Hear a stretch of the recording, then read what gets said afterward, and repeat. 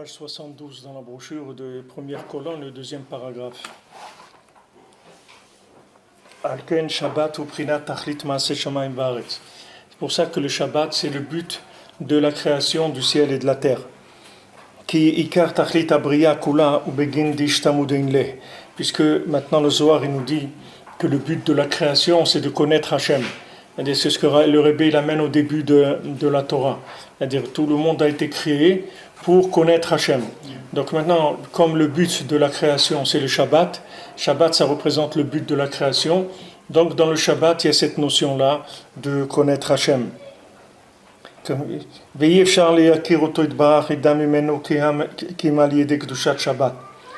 Maintenant, on ne peut connaître Hachem et être conscient de sa présence que grâce à la Kedusha du Shabbat. Shukla la Torah Kula, que le Shabbat il représente toute la Torah entière. Que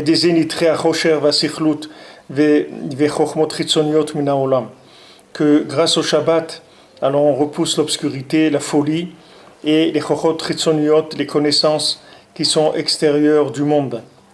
Verosin le chokhma v'sechel de kedusha, et on les aurait à chokhma avoir la sagesse et l'intelligence de la kedusha. Il y a des masigim oto itbarach, que grâce à ça on va pouvoir être masig à Kadosh Baruch Hu. Donc maintenant le fait qu'on rentre dans Shabbat, c'est-à-dire quand on garde Shabbat, les maaseh, on sort de l'interprétation des choses, c'est-à-dire on sort de la notion d'interprétation et on va rentrer dans des notions qui sont absolues. C'est-à-dire que maintenant le Shabbat c'est Men Olam Haba. C'est-à-dire quand on rentre dans Shabbat, on rentre dans des notions qui sont absolues.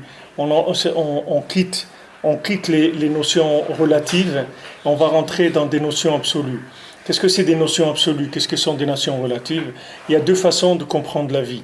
Soit on comprend la vie d'après notre analyse, notre interprétation des manifestations extérieures de la vie. C'est-à-dire que maintenant on analyse ce qui se passe autour de nous, on regarde ce qui se passe, et d'après ça on tire des conclusions, et on construit une connaissance par rapport à ça. Soit maintenant on va rentrer dans une connaissance absolue, c'est-à-dire qui ne vient pas de nous, une connaissance qu'on va recevoir du Shabbat, c'est-à-dire on va recevoir du tzaddik qui s'appelle Shabbat, par la Emouna, c'est-à-dire on va rentrer dans la Emouna, et une fois qu'on rentre dans la Emouna, alors à ce moment-là, cette connaissance de la Emouna, c'est elle qui va nous permettre de connaître Hachem. C'est-à-dire que maintenant, tu ne peux pas connaître Hachem avec ta logique. Même si tu es un Baal Sechel Gadol et que tu analyses le monde, jamais tu pourras connaître Hachem en analysant les manifestations extérieures. Si tu veux maintenant connaître Hachem, il faut que tu aies une connaissance qui n'a rien à voir avec ce monde. Donc il faut que tu te retires du monde. C'est ce que tu fais le Shabbat. Tu sors du monde, tu sors des 39 travaux, et à ce moment-là, tu vas tirer une connaissance, que cette connaissance, elle n'a rien à voir avec les mouvements de ce monde-là.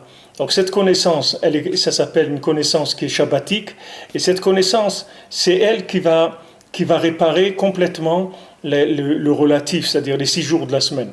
C'est-à-dire quand on dit que les 6 jours de la semaine, et les maaseh, ils reçoivent de Shabbat, c'est ça, c'est-à-dire qu'il y a une connaissance shabbatique, chaque semaine il y a une connaissance. Par exemple, la paracha de la semaine, c'est une connaissance. Il y a des choses qui sont des connaissances absolues par rapport au temps. Maintenant, quand vous prenez la paracha de la semaine, alors tout ce qui se passe dans le monde, ça se fait sur la paracha de la semaine. Maintenant, la paracha de la semaine, la paracha de Korach, tous les ans, on lit la paracha de Korach. Mais tous les ans, la vie, ça ne va pas être la même. Mais en tout cas, la vie, toute la vie de chaque semaine, chaque année, dans paracha de Korach, elle va venir de la paracha de Korach. Parce que la paracha de Korach, c'est la racine de ce qu'il y a dans la semaine. Donc maintenant, si on rentre dans une connaissance absolue de la Torah, c'est-à-dire comment on peut rentrer dans une connaissance absolue, c'est par le bitoul, par la Emouna, à ce moment-là, on peut descendre après dans les analyses des choses comme elles se manifestent, parce qu'on a déjà une connaissance absolue des choses. C'est-à-dire, c'est comme si vous prenez quelqu'un qui qui apprend de la chimie, par exemple. Alors il va apprendre d'abord des formules de chimique, de mathématiques. Il va apprendre la chimie en mathématiques. Après, il va passer aux travaux pratiques et il va le faire. Allez, il va commencer par faire avec des chiffres et des lettres. Alors il va dire, voilà, quand tu fais ça, alors l'eau, ça représente ça, et l'oxygène, ça représente ça, et ça représente ça. On calcule, donc normalement, quand tu mélanges l'oxygène, tu mets dans l'eau, ça va donner un truc après. Et après, on passe à l'expérience, et avec des symboles.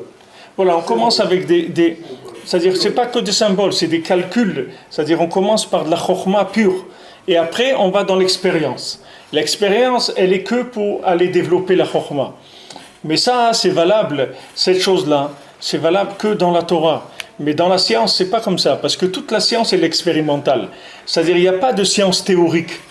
Il n'y a pas parce que la théorie de la science, ça vient de l'expérience. C'est-à-dire, il n'y a pas une théorie de science qui vient d'une connaissance absolue. Puisque quand on parle de science, on parle automatiquement d'observation.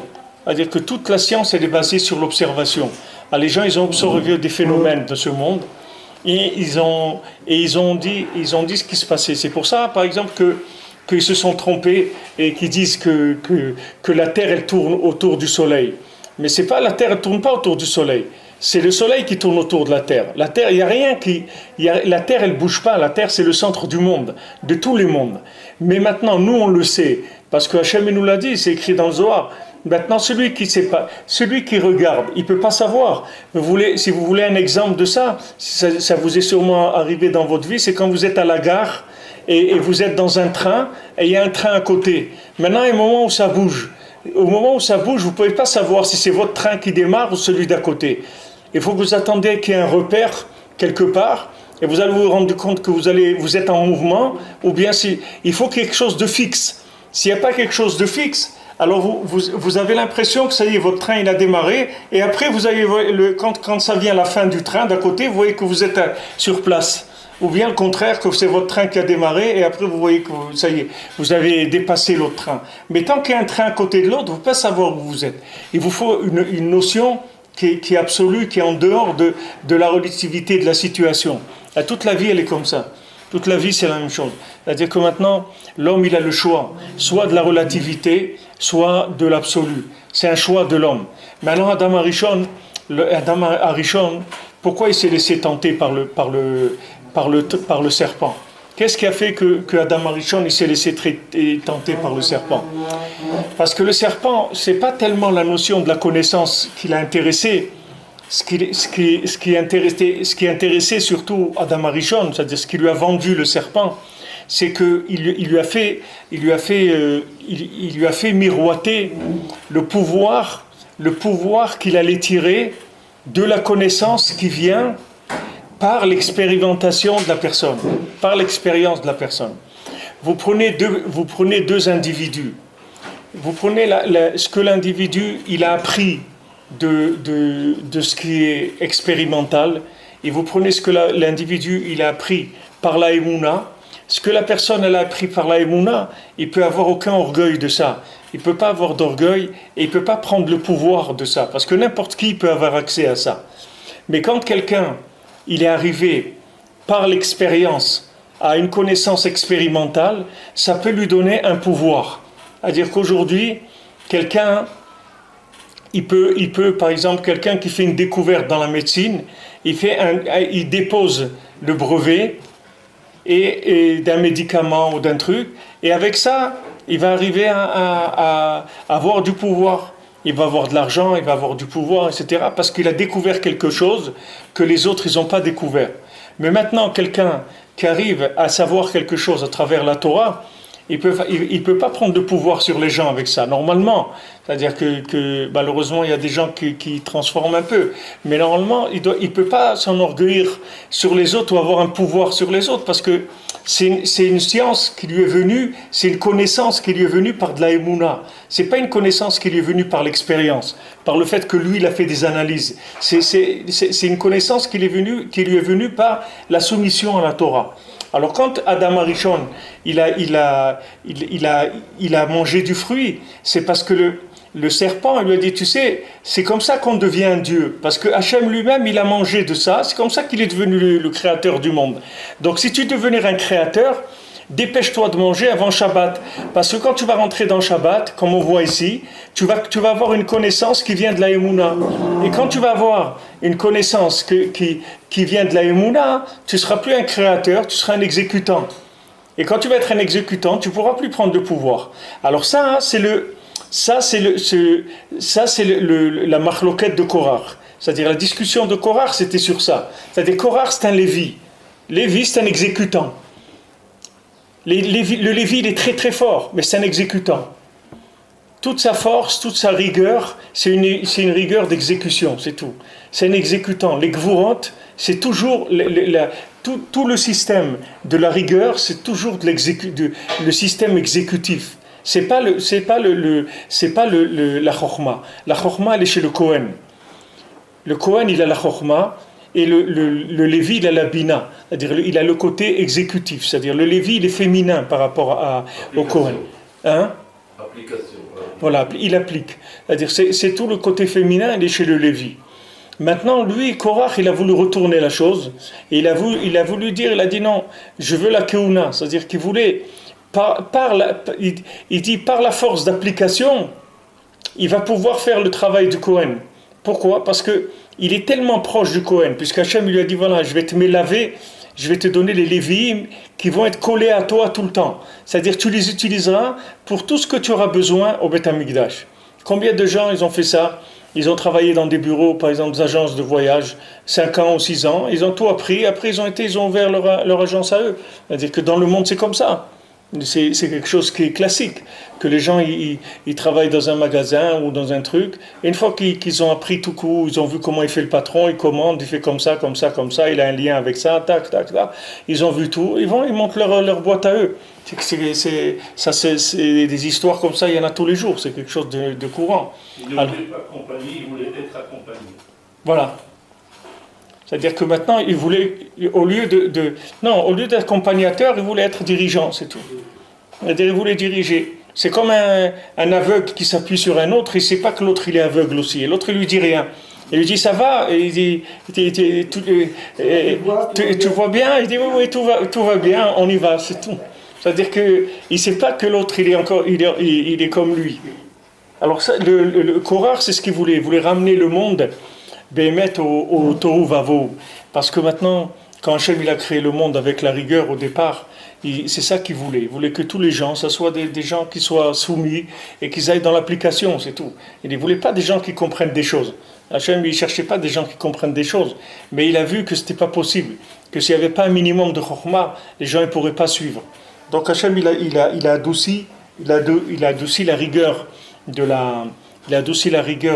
l'application avec un peu de sagesse. Maintenant, cette sagesse-là, elle vient du Shabbat. Qu'est-ce que ça veut dire elle vient du Shabbat? C'est-à-dire que ce n'est pas des choses qu'on discute. Ce sont des choses indiscutables. On ne rentre pas dans les discussions là-dedans. Et on ne rentre pas dans des explications. Parce que si on commence à expliquer, c'est dangereux. Même, comme on voit Nachman Toubtchiner et tout, il disait non, Idbodedut, on fait parce que le Rebbe, il a dit de faire Idbodedut, c'est tout. On ne rentre pas dans les explications de la méthode et d'essayer d'appuyer la foi qu'on a dans la méthode par rapport à la compréhension de la méthode. La compréhension de la méthode, elle doit être donnée que pour développer la méthode, c'est tout. Mais la foi, dans la méthode, elle ne vient pas de l'expérience. Même si maintenant tu as expérimenté, tu vois que ça marche, tu ne dois pas te baser sur ça. Toi, tu dois faire parce que le Rebbe, il a dit de faire, c'est tout. Maintenant, tu vois que ça ne marche pas, c'est pas grave. C'est pas obligé que ça marche. C'est-à-dire que toi, tu dois faire ce qu'on te dit de faire. Pas de vérifier en même temps que ce qu'on t'a dit de faire, c'est valable. Ça, qui verse de l'eau dans le tonneau qui est troué. Oui. C'est pas ton problème qu'il soit troué. Voilà, exactement. On t'a payé pour verser de l'eau dans le tonneau. Maintenant qu'il est troué, tu ne sais pas quel est le cheshbon de ton patron. Peut-être qu'il est en train de tester un tonneau troué, combien de temps il va tenir. Tu ne sais pas ce qu'il fait. Toi, tu fais ce qu'on t'a dit de faire, c'est tout. Tu ne rentres pas, tu n'essayes pas de comprendre ce qu'on te dit de faire. Alors, il y a un côté, quand tu fais une approche de la chokhmah comme ça, alors ça s'appelle chokhmah de Gdusha.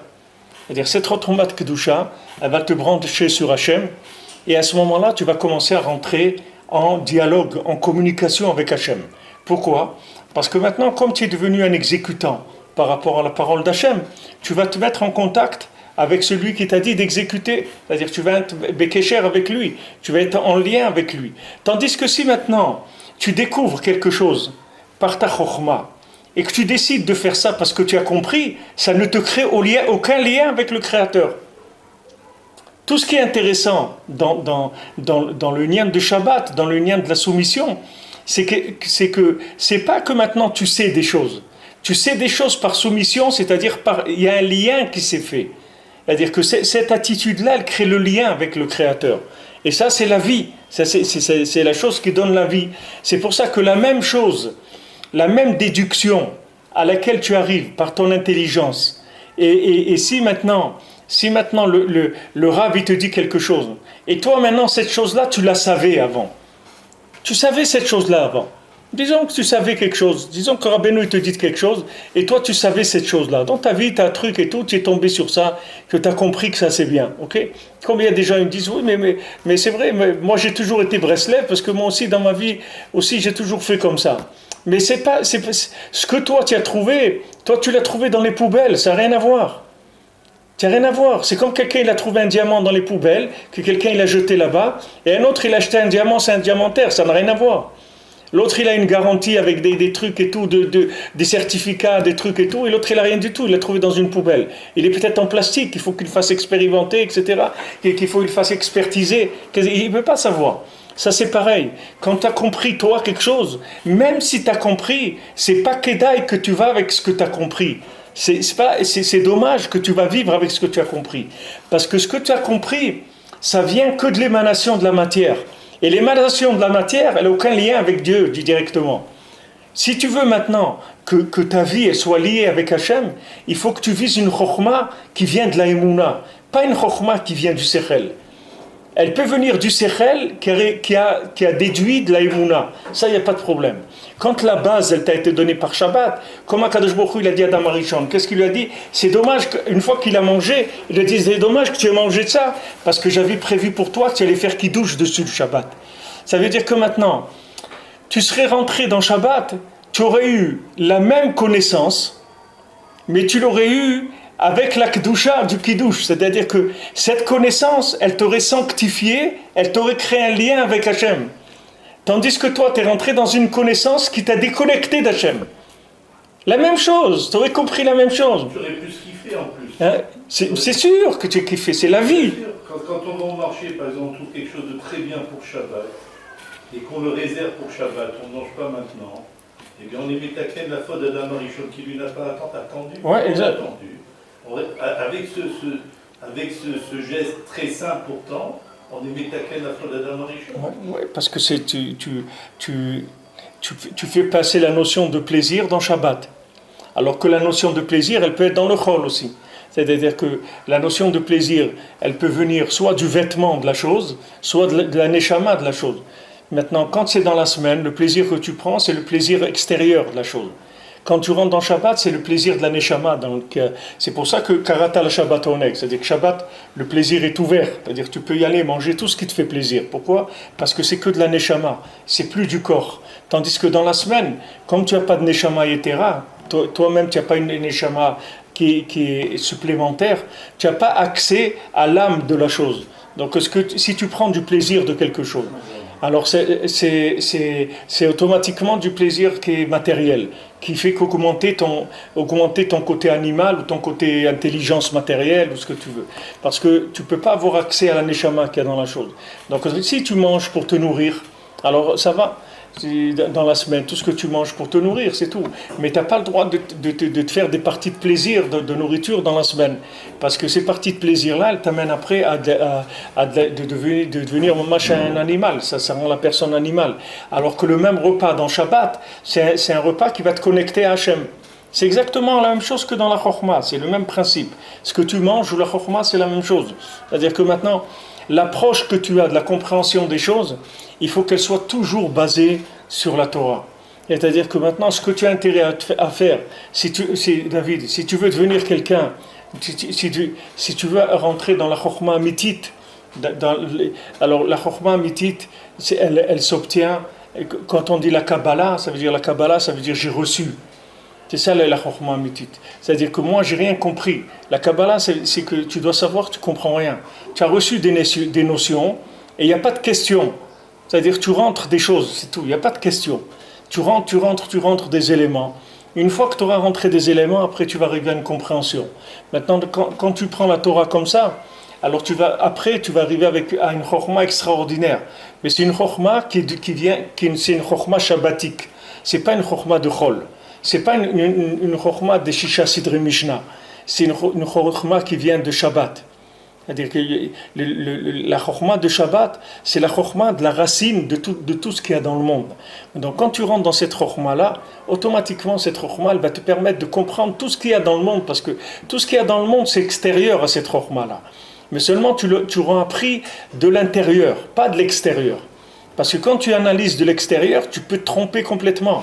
Quand Rabbeinu dit un Ben Adam qui va après sa chokhma, il peut se tromper énormément dans sa vie.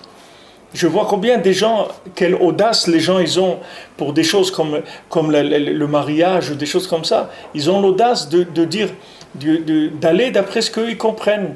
Ils disent non, bon, moi je veux ça et ça, une femme comme ça, qu'elle soit comme ça, comme si. Et s'ils rencontrent quelqu'un, ils disent non, elle me plaît pas, d'après les trucs.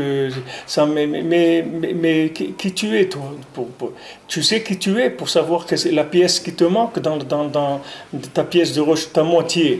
Pour savoir la moitié, il faut connaître l'autre moitié. Tu comprends? Ok, toi tu as un billet de 100. Maintenant tu as que la moitié du billet de 100. Mais il faut que la moitié de ce billet, il faut que tu saches ce que c'est pour aller chercher l'autre moitié. Pour te permettre de dire je vais reconnaître l'autre moitié. Il faut que la première moitié tu la connaisses. Mais si toi tu es fou, tu es paumé complètement, comment tu veux trouver l'autre moitié? À quoi elle ressemble? Tu ne peux pas trouver à quoi elle ressemble. Donc il vaut mieux que tu fais des tfilotes. Et celle qui vient, tu dis Hachem, regarde, moi je sais rien. Donc moi la première qui vient, je me marie avec elle, c'est tout. Et si maintenant c'est pas pour moi, fasse que ça marche pas. Mais moi je sais rien. Moi je peux pas savoir qui c'est ma femme, d'où tu veux que je la reconnaisse. La personne, même s'il a compris, est-ce que c'est vrai, même si ce qu'il a compris c'est vrai, c'est faux quand même. C'est faux, c'est-à-dire. C'est quand même faux. C'est quand même faux. Ouais. Il va utiliser ça pas pour le bien. Oui, ça va l'amener il va gonfler son corps avec ça. Ouais. C'est-à-dire, il va gonfler son orgueil, ses mauvaises midotes. C'est ça qui va arriver. C'est-à-dire, le contraire de David, le contraire de la Torah. C'est-à-dire, ça va lui amener le contraire. C'est-à-dire que ça l'éloigne d'Hachem. Ça l'éloigne. C'est-à-dire, chaque chose qu'il comprend, ça l'éloigne d'Hachem. Quand la base de la compréhension, elle n'est pas sur la Emouna. Mais quand la base de ta compréhension, elle est sur la Emouna, tu ne prends pas de risque. Parce que l'édifice, ce n'est pas toi qui l'as monté. Toi, tu mets les fenêtres, tu mets des lustres, tu mets des trucs. Mais si un jour l'immeuble s'écroule, c'est pas toi qu'on va venir voir. Dans la Kabbalah, quand tu parlais de la Kabbalah, tous les grands, ils ont été inspirés par Eliyahu. Ils ont tous eu le guidou Eliyahu. Oui, c'est sûr que c'est pour ça que ça s'appelle Kabbalah. On leur a donné quelque chose. Oui, c'est tout. Ils ont reçu. Ils n'ont pas compris ça de leur propre. Mais non, tu ne peux pas comprendre ça. La Kabbalah, tu ne peux pas rentrer là-dedans, Birlal. Parce qu'il n'y a aucune manifestation de la Kabbalah dans la matière. Ça n'existe pas. Jamais tu vas comprendre des sphirotes en regardant un arbre. Jamais. Mais une fois qu'on t'a dit les sphirotes, tu peux les voir dans l'arbre. Mais dans l'arbre, il ne sort pas. La Kabbalah, elle ne sort pas dans l'arbre. C'est-à-dire que dans quelque chose de matériel, il n'y a pas une émanation de la science de la Kabbalah. Mais quand tu comprends la science de la Kabbalah, tu vas comprendre beaucoup de choses de ce qui se passe dans le monde. Et il y a même des goïms, des goïms, j'ai vu dans Internet, comment on appelle ça, des blogs de discussion de goïms, qui sont des kabbalistes de la chokhma de la Kabbalah. Ils expliquent tout ce qui se passe dans le monde entre eux, tu vois. C'est une équipe de gens qui se trouvent un peu partout.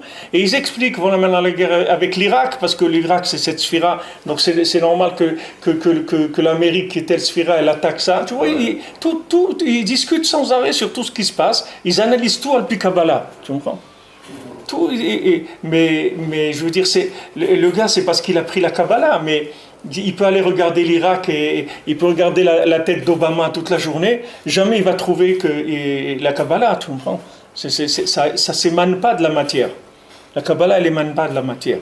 Alors, et donc, toute Chokhmah, plus elle est élevée, et plus elle est loin de la matière, et plus elle est intéressante, parce qu'elle a une approche par la Emouna. C'est-à-dire, plus elle se détache de la matière, et plus elle t'amène vers une connaissance absolue des choses. Alors, quand tu t'habitues à vivre dans ces connaissances absolues, et que là-dessus, tu mets un vêtement après de ce qui se passe, alors tu arrives à une Chokhmah extraordinaire. Tu arrives à une Chokhmah niflaméot. Tu vois Rabbi Nathan, la Chokhmah qu'il a Rabbi Nathan, n'importe qui fait l'écouter à la chante, même des grands Mekoubalim, j'ai étudié des fois avec des gens qui ont fait des années dans un Shiva de Kabbalah, qui jeûnaient toute la semaine et tout, et m'ont dit ça n'existe pas, dans aucun Sefer de Kabbalah, il y a un niveau de ce que Rabbi Nathan il écrit dans l'écouter à la chante. Pourquoi? Parce que Rabbi Nathan, c'était la lune de Rabbeinu, c'était Mitbatel, il s'est Mitbatel Rabbeinu complètement. Il a pris son Sechel, il a dit, regarde, quand il a vu Rabbeinu, il a vu qu'il n'a rien compris de la Torah. Donc il dit, attends, donc ça veut dire tout ce que j'ai appris, il y a quelque chose je me suis trompé quelque part. L'approche, elle n'est pas bonne. Parce que normalement, si dans la Torah, j'avais été jusqu'au bout comme il faut, j'aurais dû normalement comprendre ce qu'il a compris, ce tzaddik-là. On aurait discuté ensemble. Mais maintenant, je vois que ce tzaddik qui dit, je ne comprends rien du tout de ce qu'il dit. C'est-à-dire que c'est quelque chose de totalement nouveau pour moi que je n'ai jamais découvert. Et pourtant, Rabbi Nathan Saint-Tanit Racham, il connaît toute la Torah. Rabbi Nathan, il connaissait le Niglé, le Nistar, tout. C'était un Gaon déjà dans la Torah. Donc il s'est dit, attends, là, il y a quelque chose qui ne marche pas. C'est-à-dire, mon approche de la Torah, elle n'est pas bonne. Donc qu'est-ce que je fais? Je jette tout ça à la poubelle. Toute ma façon de voir les choses, je la jette à la poubelle. Maintenant, je vais me construire un cerveau avec les paroles du Rebbe, c'est tout. C'est ma référence de ma vie, c'est tout. J'ai aucune autre référence. Donc chaque dibour que le Rebbe disait, il le mettait dans sa tête. Dans sa tête. Quand sa tête elle s'est remplie avec des paroles de Rabbeinu, il a commencé à écrire. Alors Rabbeinu, quand il a vu ce qu'il écrivait, il a dit, mais ça c'est mon cerveau à moi, ça. C'est-à-dire, il a pris mamache le cerveau du Rebbe, il s'est construit son cerveau avec le cerveau du Rebbe. Et donc... Parce qu'il n'avait pas de cerveau avant. Hein? C'est parce qu'il n'avait pas de cerveau. Non, il avait un. Non, mais c'est-à-dire qu'il ne voulait pas utiliser son cerveau. Il l'a jeté parce qu'il avait un cerveau. C'est un homme qui cherchait tellement la vérité qu'il s'est rendu compte que ce qu'il a vu chez les Rebbe, ce qu'il savait, jamais ça l'aurait pu l'amener à ça. Donc il s'est dit, je laisse tomber, tu comprends? Je laisse tomber. C'est comme quelqu'un, il a une voiture ou un truc, mais il se rend compte, cette voiture, jamais elle va l'amener là-bas. Alors il descend, il prend un taxi, c'est tout. Qu'est-ce qu'il va faire? Sa voiture, elle l'amènera jamais là-bas. Donc lui, il a vu Rabbeinu. Il a essayé de composer avec son cerveau. Pas du tout, parce que ça c'est... Parce que quand tu composes, c'est la fin. Ça y est, c'est terminé. C'est terminé. Hein? C'est le problème de tout le monde, parce qu'ils veulent tous composer par rapport à leur cerveau pour comprendre Rabbeinu. Et c'est pour ça qu'il n'y arrive pas. C'est pour ça qu'un enfant, le plus simple possible, il a accès, alors qu'un Talmid Chacham. Et qu'on a vu que le plus difficile, c'est d'être Chacham à ses yeux, en fin de compte. Bien sûr, bien sûr. C'est ce qu'on a étudié ces derniers jours. Mais pourtant, dans la Torah, on voit qu'on est chayav d'être mitbatel l'arabe. On est chayav mitbatel l'arabe. N'importe quel Talmid Chacham, il est mitbatel l'arabe. Oui, mais la notion de bitoul aussi, elle est récupérée. Tu comprends? Il y a être mitbatel, par exemple, tu es allé à l'université, ok? Maintenant, tu es en train d'apprendre. Ok? Toi, tu deviens comme étudiant. Tu es un professeur. Mais toi, ton but, c'est que tu vas devenir plus grand que le professeur. D'accord? C'est ça ton but. C'est ce qu'il a dit, Korach. Il a dit, mais moi, je suis devenu plus grand que le professeur. Parce que qu'est-ce que c'est le professeur? Mon cher Rabbeinu, ok? Il nous a enseigné la Torah, mais nous aussi, on était au Sinaï. Il a complètement enlevé la notion du tzaddik Yesod Olam, il l'a enlevé. Tu comprends? Il a dit, ce qui c'est lui, mais voilà, moi j'ai tout appris de lui. Mais lui, ce qu'il est, ça tu peux pas l'apprendre de lui. Même si Moshe Rabbeinu il t'apprend toute la Torah, c'est pas parce que Moshe Rabbeinu il t'a appris toute la Torah que tu aimes Moshe Rabbeinu. Si toi maintenant, il vaut mieux que tu deviennes le shamash de Moshe Rabbeinu, tu as plus de chances de devenir un petit morceau de Moshe Rabbeinu que si toi tu es un rave qui vient apprendre chez l'autre. Quand tu dis tu es obligé d'être mitbatel la rave, les gens ils sont de mitbatel la rave tant qu'ils sont étudiants pour devenir rave, tu comprends? Mais le jour où il est le rave, c'est fini, il n'a plus de rave, c'est lui le rave. Tu comprends? Tous les gens, ils apprennent comme ça dans le monde. Ils se mettent par terre le temps qu'ils n'ont pas appris. Dès qu'ils ont appris, ça y est, ils jettent tout le monde. Et ça y est, ils savent maintenant. Tu comprends? Ça, dans toutes les chokhmot, c'est comme ça. La médecine ou même l'aïkido, le karaté ou ce que tu veux, tout c'est comme ça. Les gens, ils apprennent chez un maître et après, ils deviennent eux des maîtres. Mais le inyan ici, c'est-à-dire que quand Rabbeinu, il vient... Quand Rabbeinu il dit Gamar Tivei Gmor, j'ai terminé. C'est-à-dire que tu trouves le maître. C'est-à-dire que tu sais que ce maître-là, jamais tu pourras comprendre ce qu'il dit comme lui il le comprend. Comme Rabbeinu il a dit à Rav Aaron, le Rav de Breslev, que c'était un grand Rav, c'était un tzaddik kadosh. Rabbeinu dit que quand il étudiait la Gemara, il avait le nigoum de la Gemara, Rav Aaron de Rouv. C'était un kadosh, il a dit que c'était un kadosh dans la Tikkun Abrid. Rabbeinu il a fait beaucoup de shvachim sur lui. Et il lui a dit, comme je t'aime bien, je vais te faire une bracha, que 10 000 ans après la résurrection de mort, tu comprendras une parole profane à moi, comme moi je la comprends. Une parole profane, pas de Torah. 10 000 ans après la résurrection des morts. Une parole profane, comme moi je la comprends, tu la comprendras. Une, pas deux, une. Et du profane. Et 10 000 ans après la résurrection des morts. Donc quand tu vois un maître comme ça, tu sais que jamais tu pourras arriver à comprendre ce qu'il dit. Jamais. Comme lui, il le comprend. Jamais. Seulement, plus tu vas te soumettre à lui, plus tu vas remplir ta valise, c'est tout, ton récipient. C'est tout. Plus tu te soumettras et plus tu exploiteras ton récipient au maximum. Tu vas rentabiliser ton récipient au maximum. Tandis que maintenant, si tu joues avec lui un jeu d'échecs, tu dis, bon, lui il dit ça, mais c'est vrai, moi j'ai toujours pensé ça. Mais qui tu es, tu dis, j'ai pensé ça. Mais qui tu es pour dire j'ai pensé ça? Aujourd'hui, même dans Breslev, il y a des gens, ils écrivent des livres, ils disent des choses, mais c'est des choses à eux, c'est pas des choses du Rébé, c'est des choses à eux. C'est des choses comment eux, ils ont compris le Rébé. Et ils ont dit des choses qui sont plus tellement en accord avec le texte. C'est-à-dire les gens, ils sont partis un petit peu dans des... Alors il faut faire très attention. C'est-à-dire que si la personne ne fait pas un effort de bitoul permanent, alors elle peut tomber dans des chokhmot ritzoniot, avec la Torah même du tzaddik, il peut aller dans des chokhmot ritzoniot.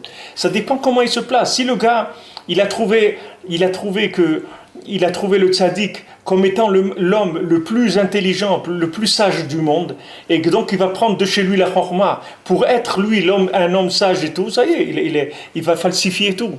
Il est obligé d'entretenir tout le temps. Lo yamish mitoch haoel. C'est-à-dire il ne faut pas qu'il bouge de l'attente du tzaddik. Il ne faut pas qu'il bouge de cette émouna. Même quand il fait des choses, ça je leur dis aux gens, des gens ils savaient pas ça, mais regarde dans toute la Torah, tu verras toujours que quand Hachem il veut dire quelque chose à quelqu'un, il le dit par l'intermédiaire de Moshe. Par exemple, on l'a vu dans la paracha, Hachem il a dit à Aaron de faire quelque chose. Alors Rashi te dit, Hachem il a dit à Moshe de dire à Aaron. Maintenant le passouk ne te dit pas, il te dit Hachem il a dit à Aaron. Toi tu crois qu'Hachem il a parlé à Aaron? Il n'a pas parlé à Aaron. Il a parlé à Moshe qui dise à Aaron. Pourquoi? Parce que si Hachem il lui dit directement à Aaron, c'est terminé. Il va le tuer s'il lui dit ça. Pourquoi? Parce qu'il va lui donner un niveau qu'il n'a pas.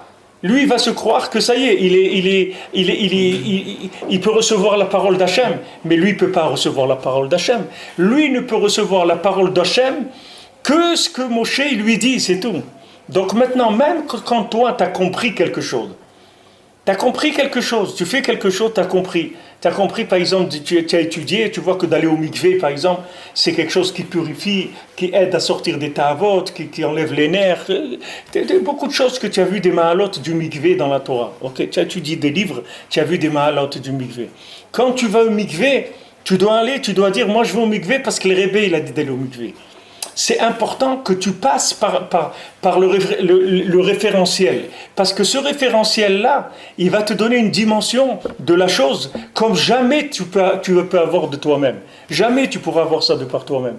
Parce que toi, si tu viens avec ton cerveau, tu ne vois que le côté extérieur de la chose, que ce qui dépasse. Tu ne peux pas voir ce qu'il y a dedans, parce que ton séchel, il ne peut pas voir l'intérieur.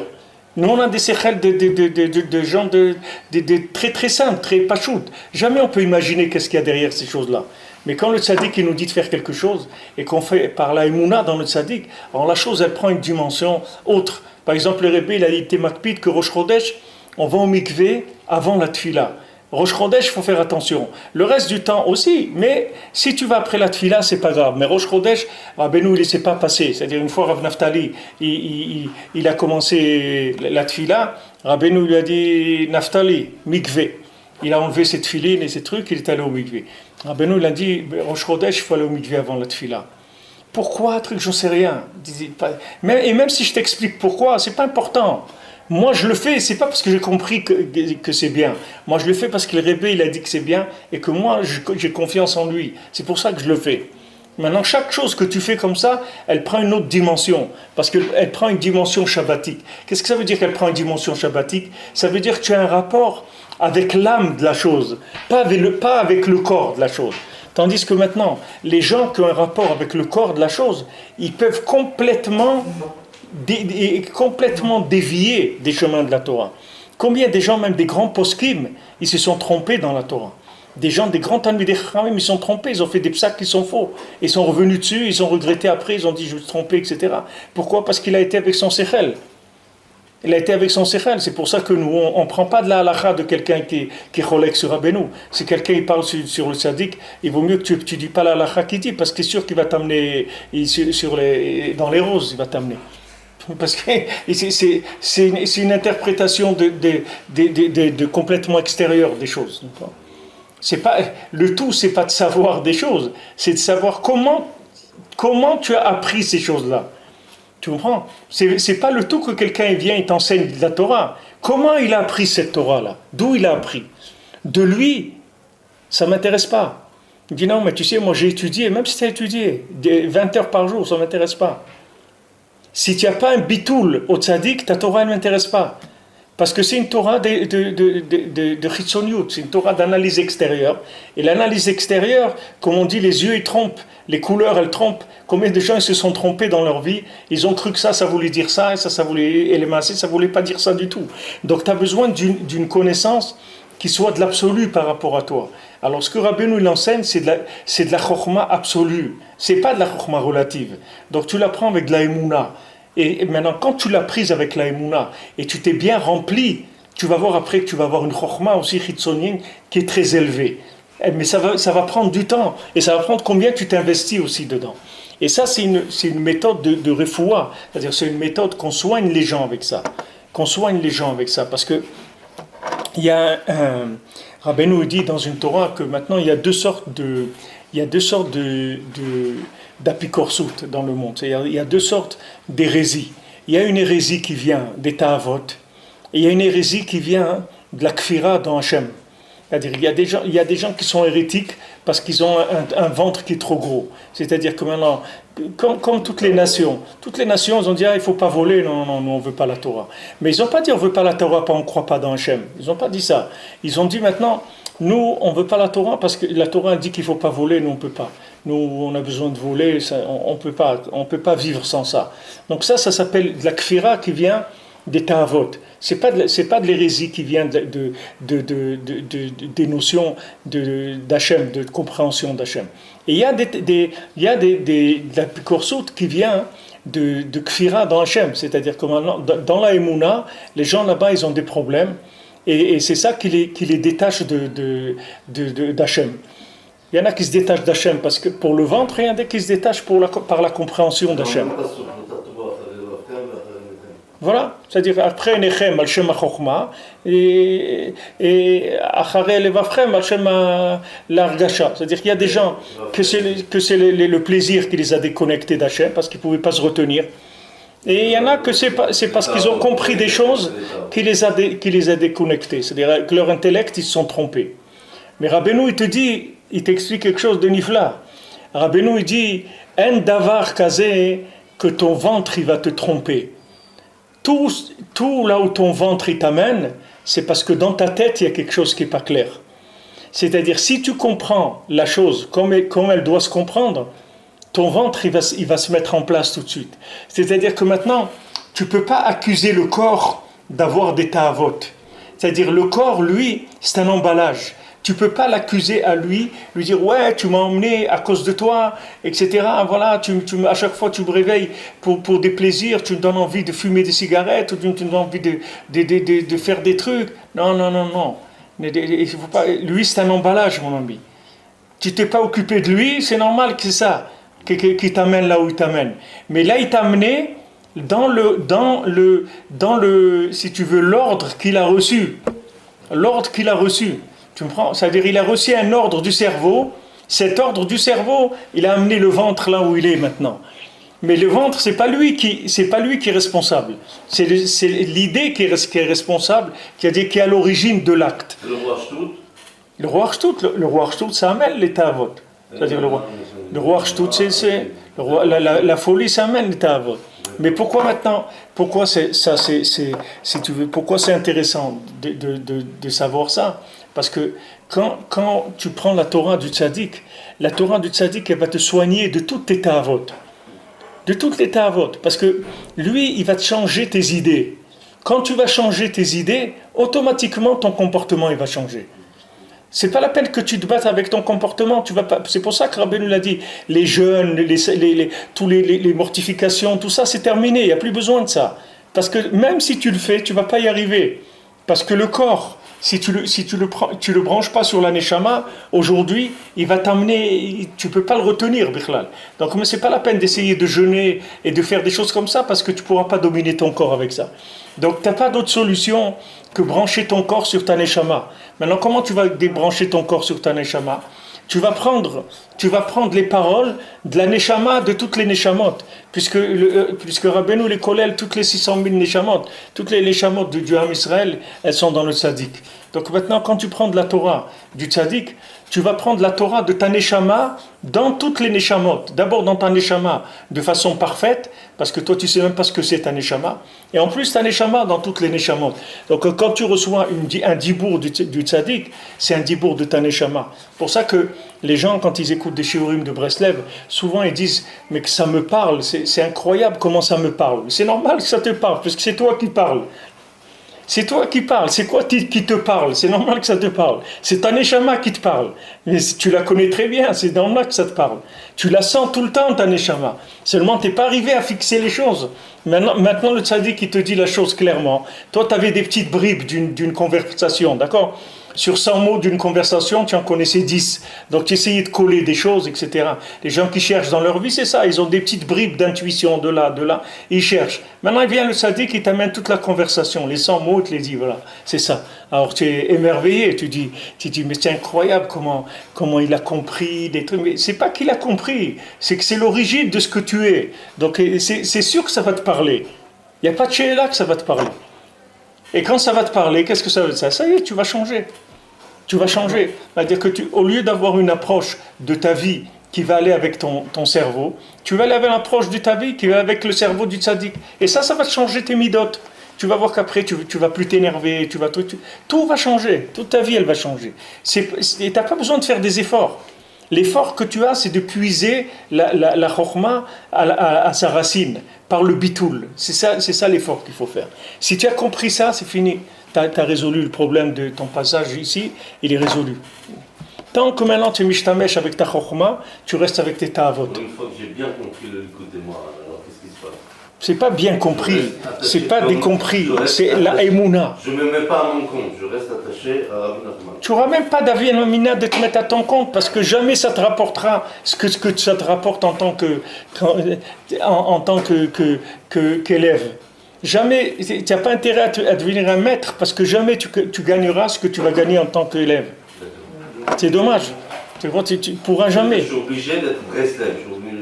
C'est pas qu'est-ce que ça veut dire d'être Breslev? Ça veut dire que tu es ma'amine dans le tzaddik, c'est tout. Tu es ma'amine dans le tzaddik, ça veut dire être Breslev. Ça veut rien dire être Breslev. Qu'est-ce que c'est Breslev? Tu crois qu'il faut un chapeau? Les gens disent la kippa Breslev. Il n'y a pas de kippa Breslev. Toutes les kippotes, elles sont Breslev. Qu'est-ce que ça veut dire kippa Breslev? Il n'y a pas de kippa Breslev, il n'y a pas de vêtements Breslev, il n'y a pas de chaussures Breslev, il n'y a pas de chant Breslev, il n'y a rien qui est Breslev. Breslev, c'est le Shulchan Aruch et la Emouna dans le Tzadik et la Hitbodedut et Ouman Rosh Hashanah. C'est tout. Qu'est-ce que c'est ça Breslev? C'est dire Breslev. C'est pas une secte avec une façon de truc. Non, je suis obligé de continuer à écouter les conseils de Rabbi Nachman. C'est pas que tu es obligé. C'est pas que tu es obligé. Tu vas te rendre compte toi-même. Tu vas te rendre compte toi-même. Non, parce que je peux arriver à un moment avec. Tu peux arriver quoi? Tu peux. D'avoir bien compris le l'écouter moi, hein. Oui, mais c'est du bricolage. Même si tu étudies le côté. Il y a des gens, ils ont étudié l'écouter Moran comme ça.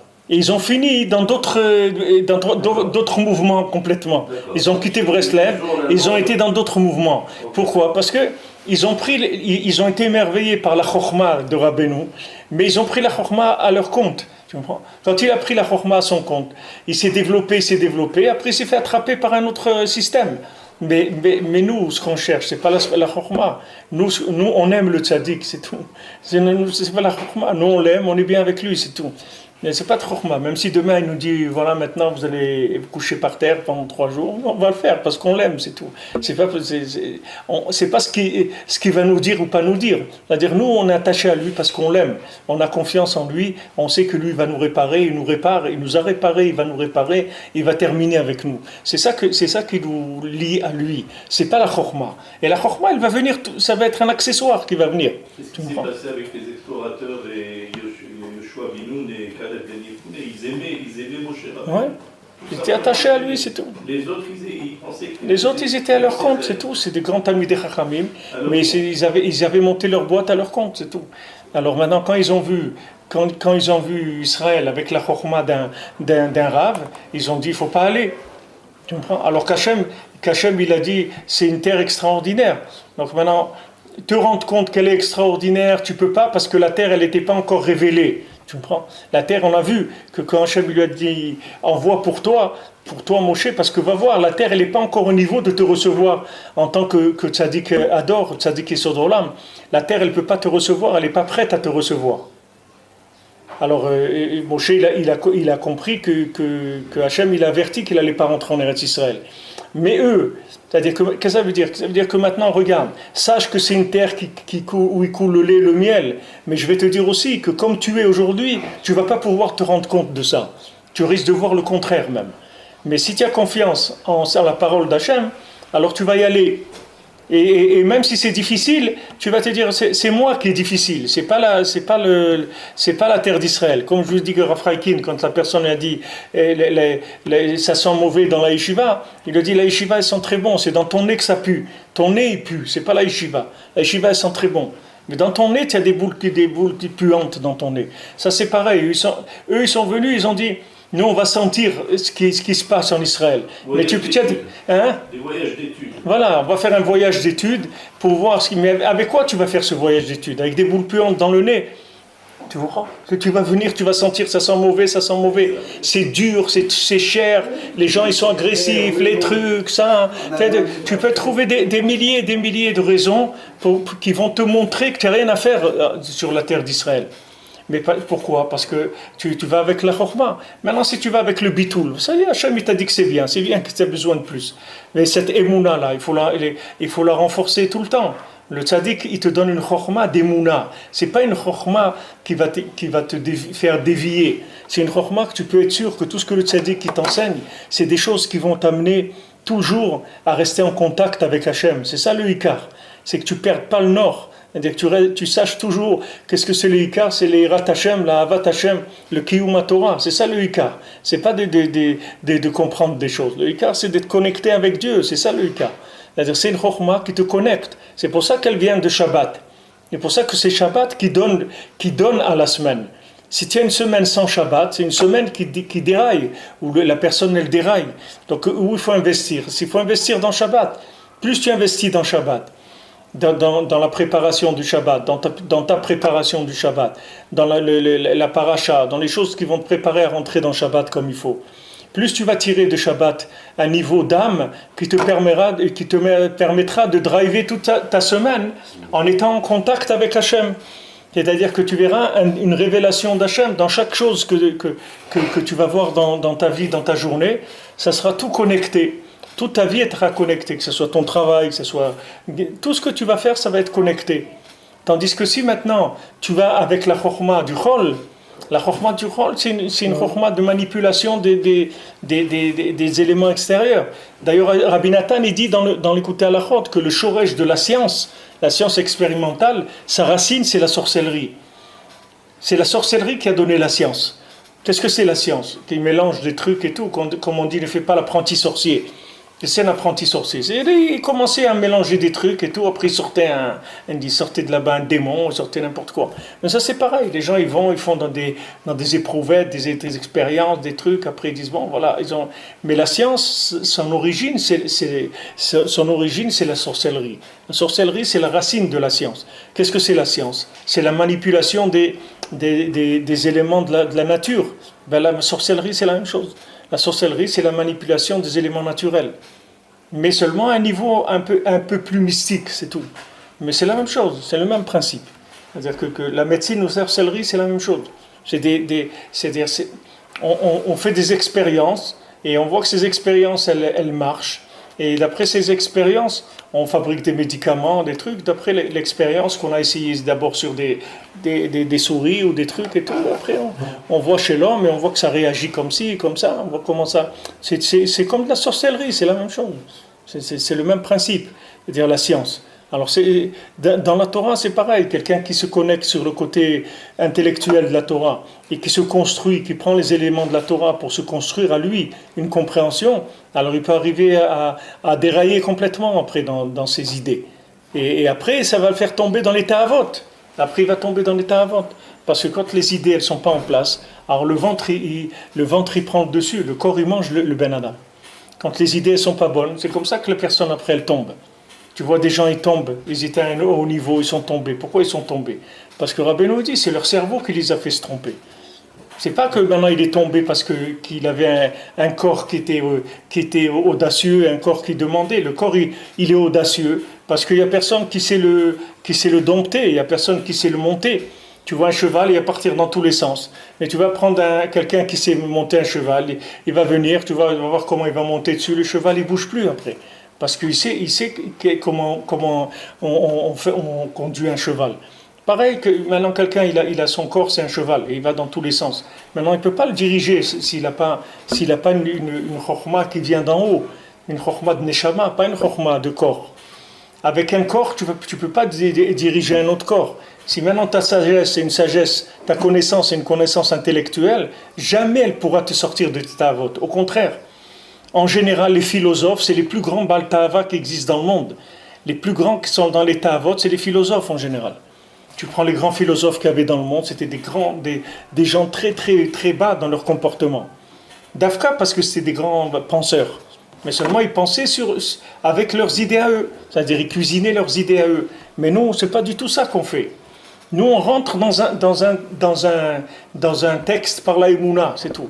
Et dans ce texte-là, on tourne avec des éléments aussi qui font partie des choses qui ont un rapport avec ce texte-là. Comme tu vois, des fois, tu achètes une machine ou un truc, alors tu n'utilise des batteries que de la marque de la machine. Parce que sinon, on ne vous garantit pas que ça va marcher. C'est-à-dire qu'il y a des batteries dans le commerce. Tu as un certain appareil. Il y a des batteries, des fois, qui coûtent la moitié prix que les batteries d'origine. Mais les gens préfèrent acheter d'origine. Pourquoi? Parce que l'autre, tu ne sais pas comment il a fabriqué. Celui-là, il a fabriqué la machine, il a fabriqué aussi la pile. Donc maintenant, il sait... Hein? Les voitures, les pièces de rechange des voitures. Oui, c'est ça, des pièces d'origine.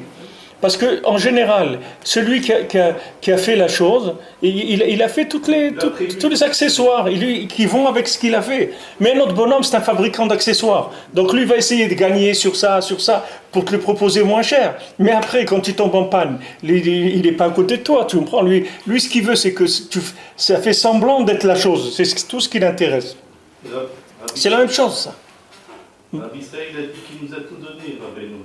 On a tout, en vérité, on a tout. Mamash on a l'écouté Moharan, l'écouté Alachon, l'écouté Etza. C'est pas la peine de chercher ailleurs, en vérité, tu as tout. Il y a tout là-dedans, c'est sûr. À partir de l'écouté Moharan, on peut arriver à la Gemara, on peut arriver au Shulchan. À tout, il y a tout dans l'écouté Moharan, il y a tout. Dans les Sfarim de Rabbeinu, toute la qui disent, voilà, on va étudier 10 heures de Gemara, une demi-heure de l'écouté Moharan. Bon, c'est un choix, mais en fait, dans Rabbeinu, si on met notre tête dedans, on a tout. Si tu as le lien avec Rabbeinu, tu peux étudier ce que tu veux, il n'y a pas de problème. Tout ça va rentrer dedans.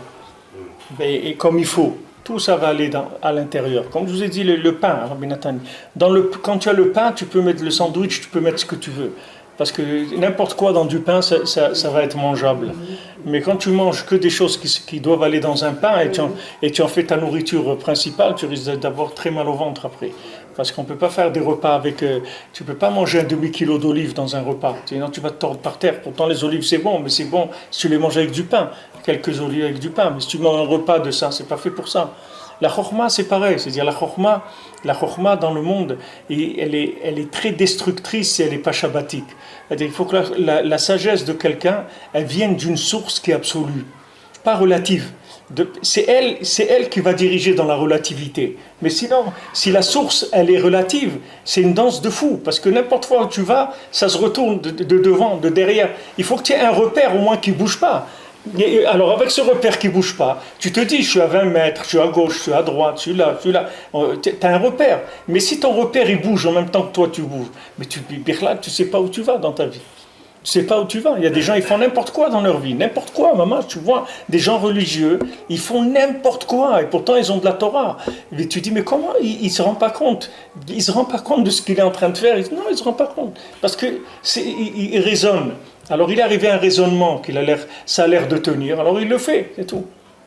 Mais si tu vas avec ce que le Rebbe te dit, tu ne peux pas te tromper. Tu ne peux pas te tromper parce que tu as un repère. Ce repère-là, tu te référencies toujours à lui. Tu viens tout de suite, tu regardes le référentiel. Qu'est-ce qu'il dit, le référentiel? Oui ou non? Il dit oui, on y va. Non, on n'y va pas, c'est tout. C'est tout. Le reste, je ne sais pas. Et en plus, il nous a donné la liste des auteurs que l'on pouvait lire et de ceux qu'on ne devait pas lire. Ça aussi. Vous avez la liste des livres, c'est intéressant de publier, de savoir où est-ce qu'on peut prendre. Comme on voit par exemple qu'il a étudié 400 fois le Réchit Chokhma, c'est toujours une question, il dit pourquoi il a lu autant le Réchit Chokhma Rabbeinu 400 fois? Qu'est-ce qu'il y a de particulier? Parce que d'où il a appris Rabbeinu en vérité? C'est du roi HaKodesh, il a reçu d'Akadosh Baruch Hu. D'accord, on ne peut pas dire qu'il est un maître réellement, il a étudié comme tout le monde, mais c'est intéressant de savoir pourquoi des textes bien précis, il est revenu dessus autant de fois. Qu'est-ce qu'il y a de particulier là-dedans? Est-ce que tu as la réponse là-dessus? Je n'ai pas une réponse écrite, je peux te dire n'importe quoi, mais je n'ai pas vu écrit. Mais en tout cas, ce que Rabbeinu l'a dit pour Réchit Chokhma, c'est l'union de Shabbat qu'on est en train d'étudier ici. Rabbeinu dit que ce qui parle le Réchit Chokhma de Shabbat, ça donne beaucoup d'enthousiasme pour garder Shabbat, ce qu'il dit le Réchit Chokhma. Ça, c'est écrit. Maintenant, nous, si on doit étudier ça et tout, nous, avec Rabbeinu, on a ce qu'il faut. C'est-à-dire que maintenant, voilà, lui, il t'a donné, lui, il a vu tout ce qu'il y avait, il t'a dit, voilà, regarde ce qu'il faut faire.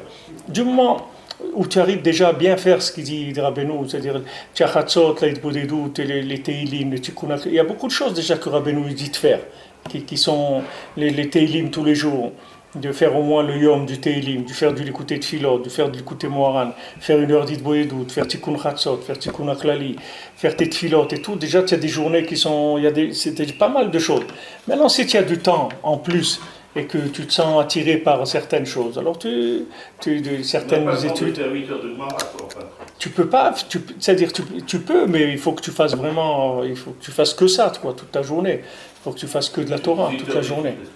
Il faut que tu étudies au moins, il faut que ça 14 heures ou 15 heures par jour, que tu ne bouges pas de ta place. Tu peux arriver, il n'y a pas de problème. Mais il faut faire attention que jamais ta chokhma, elle dépasse le Shabbat, c'est tout. Il faut être toujours en surveillance, que jamais ta chokhma, elle te sort du Shabbat, c'est tout. C'est-à-dire que jamais elle te déconnecte du tzaddik, jamais. Jamais que tu comprends quelque chose en dehors de ce que le tzaddik il a dit. Jamais, que ce soit toujours dans le Ohel de Moshe. Tout ce que tu fais dans le Ohel, c'est toujours à l'intérieur. C'est tout. Jamais à l'extérieur, tu ne sors pas. Tu sors pas d'un millimètre dehors, parce que c'est très très dangereux. On s'est écrit pour Abraham Avinu que Yosef Petach Haoel Kechomayom. Abraham Avinu était assis à la porte de la tente. Et le soleil il tapait, le soleil c'est la chokma. Et cette chokma, elle chauffe. Qu'est-ce qu'elle veut dire elle chauffe? Elle amène des ta'avot, tu comprends? Parce qu'il était à la porte de la tente. À la porte, il y a des gens qui sont à la porte. Tu sais, il y a des gens, ils ont un pied dedans, un pied dehors. Alors ils ont en même temps un peu de là. Et la chokma, le soleil, qui est l'intellect, il tape dans le monde. C'est-à-dire qu'il amène les gens à se tromper, à tomber dans les ta'avot. Alors que maintenant, il faut rentrer dans la tente, c'est tout. Tu fermes la porte, c'est tout. Comme il a dit Rabbi Nathan, tu fermes le sac. Il a dit Rabbeinu, fermez bien le sac que je ne me sauve pas. Parce qu'il sait que de rester là-dedans, c'est un cadeau d'Hachem. C'est pas pachout de rester dedans. Parce qu'après, justement, parce qu'une fois que tu as tellement pris de là, tu peux vraiment arriver. Moi, combien de fois des gens ils me disent mais c'est extraordinaire, truc ce que vous nous avez dit, on voit. J'ai dit il faut pas dire moi, il faut dire que c'est Rabbeinu, parce que si tu crois que c'est moi, alors vraiment il faut que tu me prennes pour un très grand admour. Parce que ce que je suis en train de dire, si c'était moi, vraiment il faut que tu m'embrasses les mains, les pieds, les oreilles, tout. Parce que je suis vraiment un grand admour. Mais je peux te dire que toi, tu peux devenir plus grand que moi très facilement. Mais rentre là-dedans, tout est là. C'est tout. Ce que je te dis, c'est ce qui est là, c'est tout. C'est pas, je suis un revendeur, je suis pas c'est là qu'est le danger. Et ça, j'ai parlé avec des amis. C'est qu'en vérité, pour parler commercialement, Rabbeinu, c'est un très bon support. Pourquoi? C'est le meilleur support. Parce qu'il a la capacité de ramener tout le monde vers le bien. Ouais. Et le problème, c'est qu'on a malheureusement des dirigeants qui utilisent ce support pour se mettre en valeur à eux. Ouais. Et c'est une catastrophe. Et ils tombent après. Tu vois qu'ils tombent après. Ils tombent après, mais ils arrivent à diriger des élèves, ils vont les suivre. Ils ne vont plus suivre Rabbeinu, ils vont suivre le dirigeant. Ouais. Et si demain il devient autre chose que Breslev, ils vont le suivre. Ouais. Donc c'est bien la preuve qu'il y a un problème. C'est l'exemple que je vous ai dit tout à l'heure. C'est un aveugle qui s'appuie sur un aveugle. Mais l'autre, il ne lui dit pas qu'il est aveugle. Si tu ne préviens pas le type qui s'appuie sur toi, que toi aussi tu es un aveugle, le bonhomme, il s'appuie sur toi. Il croit que c'est toi qui conduis. Tu comprends? Mais lui, il ne sait pas que toi-même, tu t'appuies sur quelqu'un d'autre. Que toi aussi, tu ne vois pas. Mais il faut lui dire ça. Il faut lui dire tout le temps, parce que c'est important que la personne ait la source elle-même, dès qu'elle ait la source, qu'elle se construise dans sa façon d'approcher le tzaddik. Chacun il a sa manière de voir les choses et de vivre avec le tzaddik. Tzaddik, il inclut toutes les façons de voir. Donc chacun il a sa façon de voir. C'est pour ça qu'il faut beaucoup de tfila, de bitoul tout le temps, parce que sinon tu peux dérailler facilement. Parce que tu as entre les mains, comme tu as dit, tu as la marchandise la meilleure qui existe dans le monde. C'est-à-dire que tu as la chokhma la plus puissante qui existe dans le monde. Il n'y a pas plus puissant que ça. Tu n'as pas besoin d'aller chercher nulle part. Parce que là-dedans, tu vas trouver tout ce qu'il y a dans le monde. Il faut faire attention. De gens, ils arrivent à se faire rouler quand ils arrivent ils sont après des dirigeants qui utilisent Rabbeinu pour se mettre en avant. Et normalement, ils doivent savoir qu'en vérité, ça sert à Rabbeinu. C'est pas comme ça et que ça marche tellement facilement, Yaakov. Tu as l'exemple que tu connais bien dans l'argent. Tu vois bien que des gens qui étaient des gens simples, qui gagnaient leur vie normalement, ils étaient équilibrés avec leurs femmes, leurs enfants, leur vie, elle était équilibrée. Ils sont devenus riches. Ils ont abandonné leurs femmes, ils ont abandonné leurs enfants, ils sont partis dans des trucs parce qu'ils perdent la tête, parce que la richesse, ça rend fou. Si la richesse, il n'y a pas des récipients pour l'avoir, le kavod aussi. Mais la Torah aussi, ça rend fou.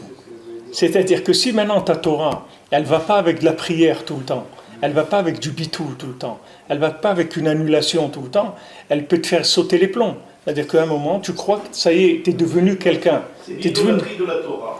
Il y a une idolâtrie de la Torah. C'est le Samamavet, le côté mortel qu'il y a dans la Torah. C'est-à-dire que si la Torah, tu la prends comme de la science, comme de l'intellect, alors c'est du poison après que ça devient. Parce qu'il n'y a rien qui va détruire, il n'y a rien qui va tuer quelqu'un comme d'utiliser de la chokhma qui est au-dessus de ses kelim, tu comprends? Et il faut un bitoul permanent. Ça va tuer les gens. Il va entraîner tous les gens qui s'appuient sur lui, bien sûr. Tous les gens qui sont appuyés sur lui, il va les embarquer, il va les emmener aussi dans l'océan avec lui. C'est comme ça. Mais Rabbeinu, il fait du céder, ne crois pas. Rabbeinu, il laisse pas. Rabbeinu, des fois, il y a des gens qui doivent passer par certaines personnes. Le temps, quand ils ont fini leur travail, il enlève le gérant, il change le gérant. Il lui montre que c'est un gérant de paille, qu'il n'avait pas des droits dans la société. C'est un gérant de paille, on l'a utilisé pour une signature, c'est tout. Il rentre chez lui, il prend son argent, c'est tout. Il n'a pas besoin de lui. On avait besoin de lui un certain temps. Alors, il faut un bitoul permanent, il faut, sans arrêt, il faut travailler sur le bitoul. C'est la chose la plus délicate, c'est-à-dire dans Breslev, une fois que tu es arrivé à un petit peu connaître les textes, vivre un peu avec Rabbeinu, il faut faire très très attention à ça. C'est des choses qui sont un danger qui est connu, on le voit autour de nous. Tu vois les gens qui avaient avant, tu as connu Rabbi Israël, tu as vu, c'est des gens qui étaient d'une simplicité extraordinaire. C'était marquant, c'est leur bitoul.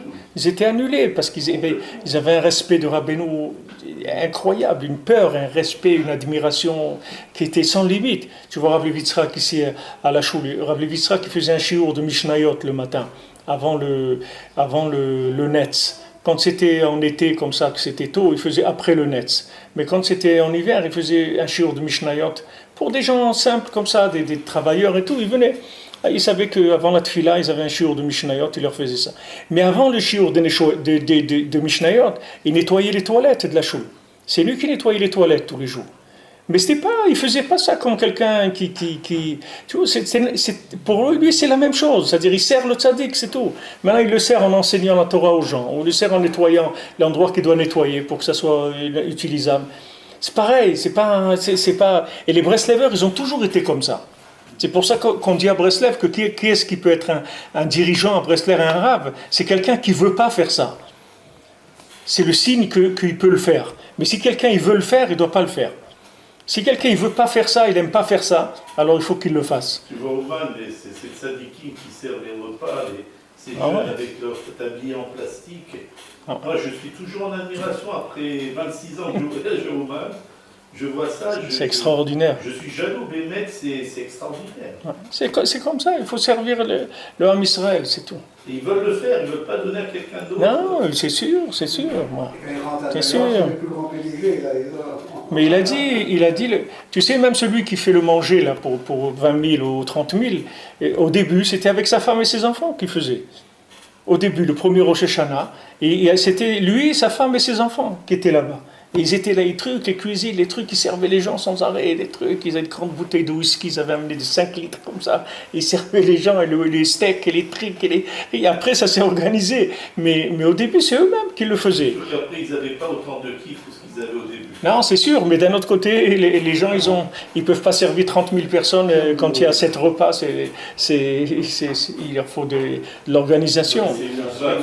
Mais c'est une organisation qui est venue après un service personnel. C'est-à-dire, parce que le bonhomme, il était convaincu personnellement, après, il a pu faire un truc organisé, tu vois. Mais il n'a pas commencé avec ça. Il a commencé d'abord par mettre les mains à la pâte lui-même.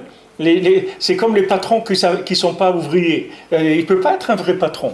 Un vrai patron, c'est un ouvrier. C'est le jour où l'ouvrier ne vient pas, il se met sur la machine, n'importe quoi. Il remplace son ouvrier. Donc, tous les ouvriers peuvent le remplacer. Sinon, ce n'est pas un patron. C'est lui aussi, c'est un ouvrier. Si maintenant l'ouvrier, il devient l'ouvrier de son ouvrier, c'est-à-dire son ouvrier, il est patron sur lui s'il ne sait pas faire ce que son ouvrier il sait faire. C'est quelque chose qui marche dans tout. C'est-à-dire, ce principe-là, on peut l'adapter à tout. Chodesh Tov, Bezrat Hashem.